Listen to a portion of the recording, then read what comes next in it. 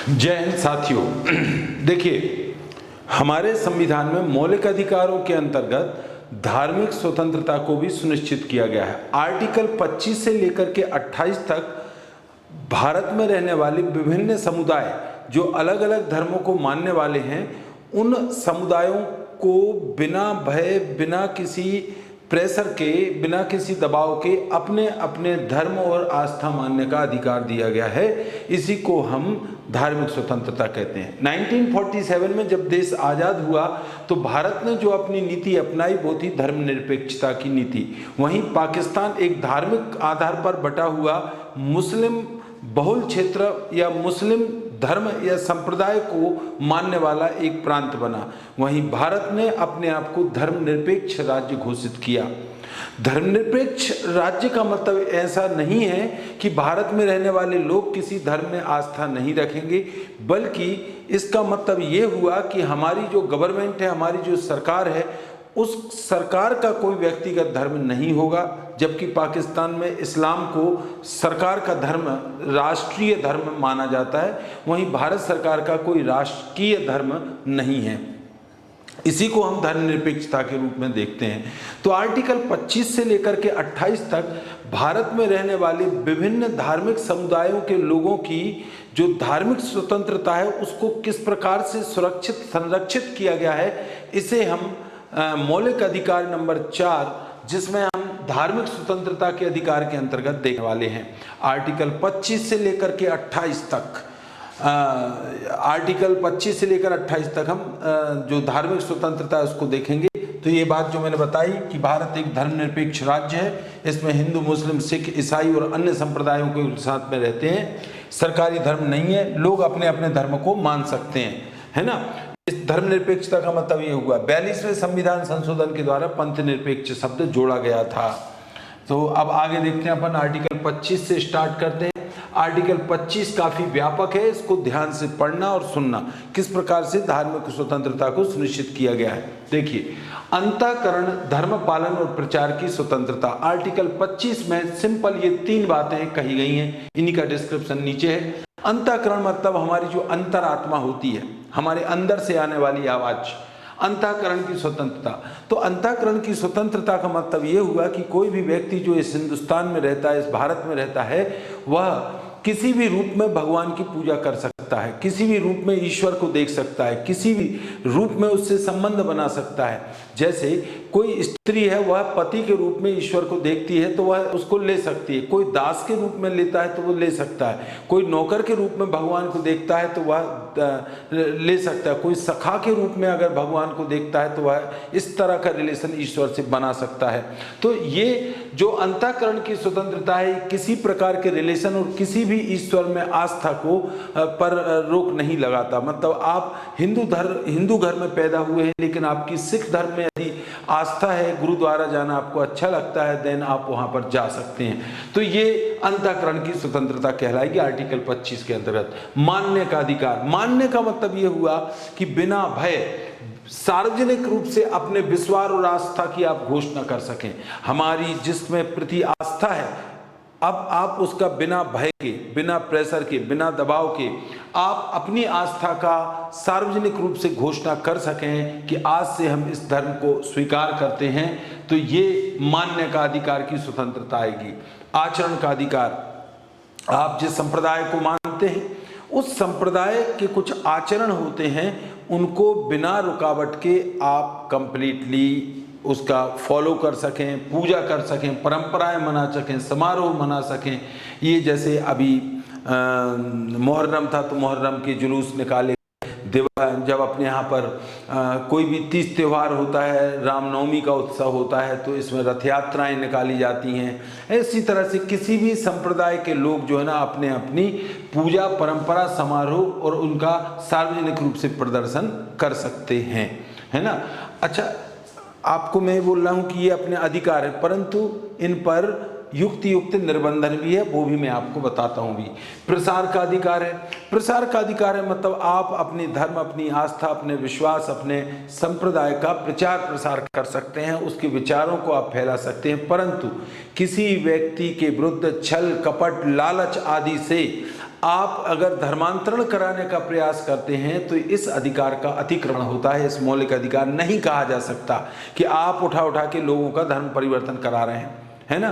तो अभी जो लव जिहाद का मामला चल रहा था वो भी इसी धार्मिक स्वतंत्र धर्मांतरण से संबंधित आ रहा है। तो धर्मांतरण का अधिकार तो नहीं है भाई, अतिक्रमण होता है इसका मौलिक अधिकार का। अच्छा, अपना ये जो मौलिक अधिकार है न केवल आपके विश्वास बल्कि विश्वास का आप आचरण भी स्वतंत्रता पूर्वक कर सकें, इन दोनों को स्वतंत्रता प्रदान करता है। विश्वास रखना और उसका आचरण करना, इन दोनों को लिबर्टी दी गई है। ये जो प्रावधान है आर्टिकल 25 का, ये विदेशियों और नागरिकों दोनों को प्राप्त है। मतलब ये समान, जैसे कोई विदेशी आता है हरे राम हरे कृष्णा कर रहा है तो वो किसी भी धर्म संप्रदाय के मंदिरों में मठों में जा सकता है। ये प्रावधान के युक्तियुक्त निर्बंधन क्या है? मतलब तार्किक आधार पर किसी अधिकार को रोकना ही युक्तियुक्त निर्बंधन है। देखिए, सार्वजनिक व्यवस्था अगर आप बिगाड़ोगे अपने इन मौलिक अधिकार का प्रयोग करते समय तो वो वहाँ पर रोक लग जाएगी। सार्वजनिक व्यवस्था से तात्पर्य है कि ट्रांसपोर्टेशन पे बाधा उत्पन्न ना हो, किसी भी सरकारी काम में बाधा उत्पन्न ना हो, क्योंकि वह सार्वजनिक व्यवस्था है। नैतिकता के खिलाफ हो, ये भी गलत है कि आप जैसे जुलूस निकाल रहे हैं तो आप उसमें गंदी हरकतें कर रहे हैं या फिर अस्त्र शस्त्र लेकर नरमुंड लेकर के प्रदर्शन कर रहे हैं, तो ये आपकी धार्मिक परंपरा नहीं है, नैतिकता के खिलाफ है। ये महिलाओं का अपमानित किया जाना किसी धर्म का अंग हो ही नहीं सकता, लेकिन आप परंपरा के नाम पर यदि ऐसा कर रहे हैं तो ये गलत होगा। इसके अलावा स्वास्थ्य कारणों को भी ध्यान में रखते हुए आपको अपना आचरण करना होगा, है ना। मूल अधिकारों से संबंधित अन्य प्रावधान भी यदि आड़े आते हैं, दूसरा मौलिक अधिकार अगर इनसे प्रभावित होता है तो आपका ये अधिकार सस्पेंड हो जाएगा। आपका अधिकार उस सीमा तक है जहां तक अन्य कोई भी मौलिक अधिकार प्रभावित ना हो। ठीक। अच्छा, धर्म से संबंधित मामलों में और क्या हो सकता है कि यदि धर्म से संबंधित मामलों में यदि कोई धर्म आर्थिक, वित्तीय या राजनीतिक क्रियाकलाप कर रहा है, अब पॉलिटिकल एक्टिविटी भी करने लगते हैं धर्म के नाम पर, या फिर फाइनेंशियल या इकोनॉमिक कोई एक्टिविटी करने लगते हैं, तो इस आधार पर कि हमारी ये धार्मिक स्वतंत्रता है तो यहाँ पर भी युक्तियुक्त निर्बंधन है। इसका मतलब है कि उस पर रोक लगाई जा सकती है अथवा उसके नियम सरकार द्वारा बनाए जा सकते हैं। अगर नियम बनाए जाते हैं तो आप ये नहीं कह सकते कि हमारे मौलिक अधिकारों का उल्लंघन हुआ है। इसके अलावा हिंदुओं की धार्मिक संस्थाओं को सभी वर्गों के लिए खोला जाए, ये भी बात आपको याद रखना होगा कि इसी आर्टिकल 25 में कहा गया कि ब्राह्मण, क्षत्रिय, वैश्य, शूद्र, महिलाएं, इन सभी हिंदू धर्म के अलग अलग वर्ग हैं, इन सभी वर्गों के लिए आपके जितने भी सार्वजनिक संस्थान हैं, मंदिर हैं, मठ हैं, इन सब के लिए आपको ओपन करना होगा। आपको याद होगा कि केरल में सबरीमाला का मंदिर और राजस्थान में जो शनि शिंगणापुर का जो मंदिर था उसमें महिलाओं की जो पूजा न करने का परंपरा थी उसको ओपन कर दिया गया है। वो इसी आर्टिकल 25 के कारण किया गया है। इसमें दो व्याख्याएं भी हैं आर्टिकल 25 में। एक व्याख्या ये है कि कृपाण रखना और चलाना सिखों का अधिकार माना गया है, उसे मान्यता आर्टिकल 25 में दी गई है। और हिंदुओं में सिख, जैन और बौद्ध तीनों आते हैं, यह आर्टिकल 25 कहता है। सिख, बौद्ध और जैन की counting as a Hindu religion में होती है, तो आपको इसको ध्यान रखना है। चलिए आगे बढ़ते हैं और अगले आर्टिकल को देखते हैं। आर्टिकल 26 में धार्मिक कार्यों का प्रबंधन की बात कही गई है। धार्मिक संस्था, कोई भी जो धर्म को मानने वाले व्यक्ति हैं वो अपने मनपसंद धार्मिक संस्था खोल सकते हैं और उसका पोषण कर सकते हैं। पोषण मतलब उसके लिए पैसे का अरेंजमेंट कर सकते हैं और साथ ही उसका मैनेजमेंट करने का भी अधिकार है। मतलब उसमें कौन काम करेगा, कौन नहीं करेगा, इसका प्रबंधन करना कि कैसे आय व्यय का लेखा जोखा रखना, ये प्रबंधन का अधिकार है। जंगम स्थावर के लिए धन एकत्रित करने का अधिकार। आपने देखा होगा कि कई सारे कथावाचक हैं, ये अपने अपने आश्रम खोल लेते हैं और आश्रम खोलने के बाद में ये लोग आप लोगों से आग्रह करते हैं कि आप अधिक से अधिक धनराशि हमारे आश्रम के लिए डोनेट करें, हम क्या क्या कर रहे हैं वो उसका प्रचार भी करते हैं। तो जंगम स्थावर से तात्पर्य ये है कि आप अपने मठ और आश्रम को स्थापित कर सकते हैं और उसके लिए धन एकत्रित कर सकते हैं, उसका स्वामित्व भी आप ग्रहण कर सकते हैं। इसके अलावा संपत्ति के कानून अनुसार प्रशासन का अधिकार है। बताइए, जो पैसा आपके पास आ रहा है उस पैसे का आप दुरुपयोग नहीं कर सकते हैं, उस पैसे का आप कानूनी प्रक्रिया के अंतर्गत ही आप जो है अपना एडमिनिस्ट्रेशन या उसका मैनेजमेंट कर सकते हैं। जो संपत्ति का कानून है, संपत्ति जो आपके पास एकत्रित है वो कानून के अनुसार ही उसका प्रशासन किया जाएगा। याद रखना, आर्टिकल 25 जहां व्यक्तिगत स्वतंत्रता देता है, वहीं आर्टिकल 26 एक धार्मिक समुदाय को सामूहिक रूप से स्वतंत्रता प्रदान करता है। तो आर्टिकल 25 और 26 में ये अंतर है ना। और वही सार्वजनिक व्यवस्था, नैतिकता आदि के आधार पर स्वास्थ्य, सार्वजनिक व्यवस्था, नैतिकता आदि के आधार पर आर्टिकल 26 पर भी रोक लगाई जा सकती है। युक्त निर्बंधन दिए गए हैं। सुप्रीम कोर्ट ने 3 शर्तें बताई हैं। एक धार्मिक संप्रदाय को धार्मिक संप्रदाय मानने के लिए 3 शर्तें बताई गई हैं। एक तो समान आस्था, समान विश्वास और को मानने वाले लोगों का एक समूह होना चाहिए। पहली बात, व्यक्तियों का एक समूह हो जो एक ही धर्म, एक ही आस्था, एक विश्वास से, एक सूत्र से जुड़े हो। दूसरी बात है, एक सामान्य संगठन हो, अर्थात उसका रजिस्ट्रेशन वगैरह ये होना चाहिए, एक सामान्य संगठन हो। और तीसरी बात है कि उसका एक विशेष नाम होना चाहिए जो कि अन्य किसी संगठन का ना हो। तो ये 3 शर्तें होंगी, तभी उसे एक धार्मिक संप्रदाय के रूप में मान्यता मिलेगी। उदाहरण भी दिए गए हैं कि रामकृष्ण मिशन एंड आनंद मार्ग, ये दोनों हिंदू धर्म के संप्रदाय माने गए हैं। इसी तरह से राधे कृष्ण सत्संग सभा टाइप की जो संस्थाएं हैं, ये भी हिंदू धर्म की संप्रदाय मानी गई हैं। वहीं अरविंदो सोसाइटी एक सोशल रिफॉर्म के लिए काम करने वाली सोसाइटी है, तो अरविंद सोसाइटी संप्रदाय नहीं माना गया है। तो आपको ये अंतर भी समझ में आ रहा होगा। नेक्स्ट अपन बात करते हैं आर्टिकल 27 की, धर्म की अभिवृद्धि के लिए करों के समुदाय की व्यवस्था।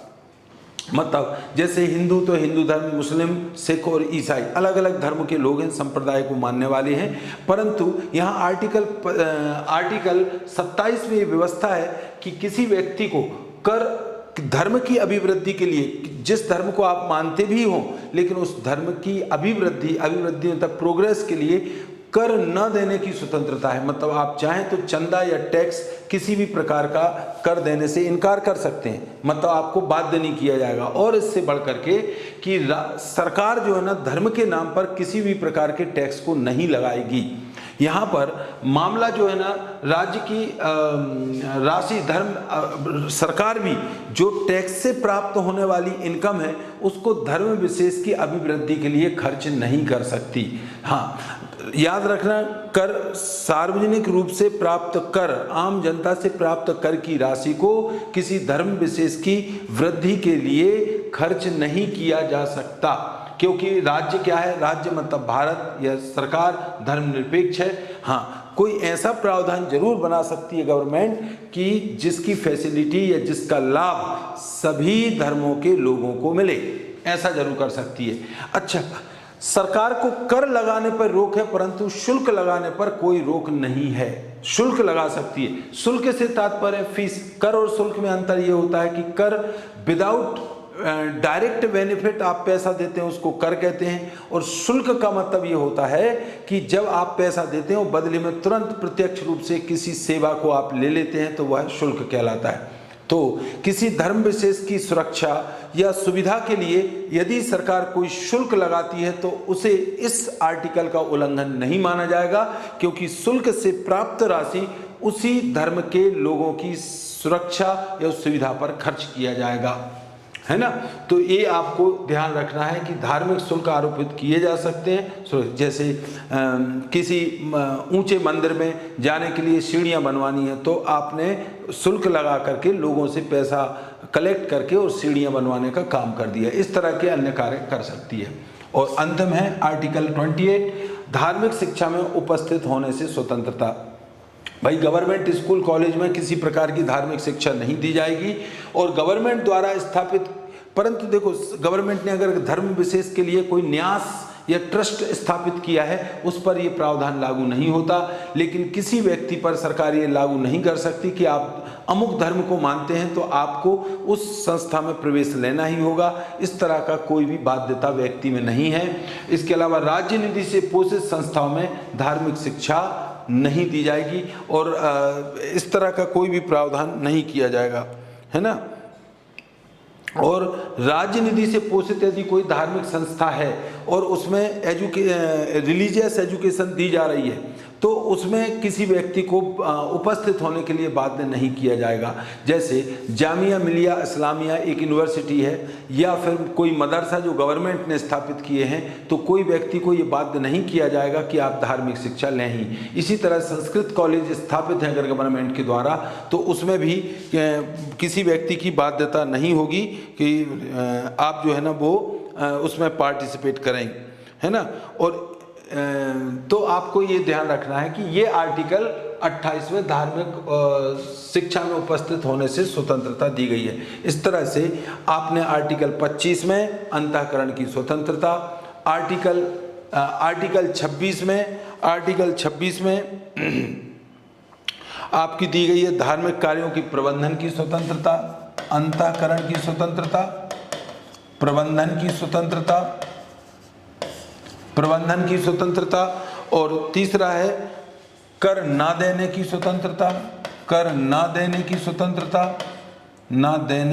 स्वतंत्रता, और धार्मिक शिक्षा ना होने देने की बात, धार्मिक शिक्षा में भाग ना लेने की बात। तो देखो, एक तो आप आर्टिकल 25 मन का करेंगे, नंबर 2 उसका हम मन का धर्म मानेंगे, उसका मैनेजमेंट भी करेंगे, टैक्स नहीं देंगे और धार्मिक शिक्षा सरकारी स्कूलों में होने नहीं देंगे। मन का करेंगे, प्रबंधन भी करेंगे और टैक्स ये जो कर ना देने की स्वतंत्रता है और धार्मिक शिक्षा ना होने देने की स्वतंत्रता। तो आर्टिकल 25 से लेकर के 28 तक शॉर्टकट में आप याद रखिए और ये धार्मिक स्वतंत्रता आपकी यहाँ समाप्त होती है। आपको हमारे द्वारा दी गई जानकारी यदि अच्छी लगती है तो आप इसको लाइक करें, शेयर करें और हमारे चैनल को सब्सक्राइब करें।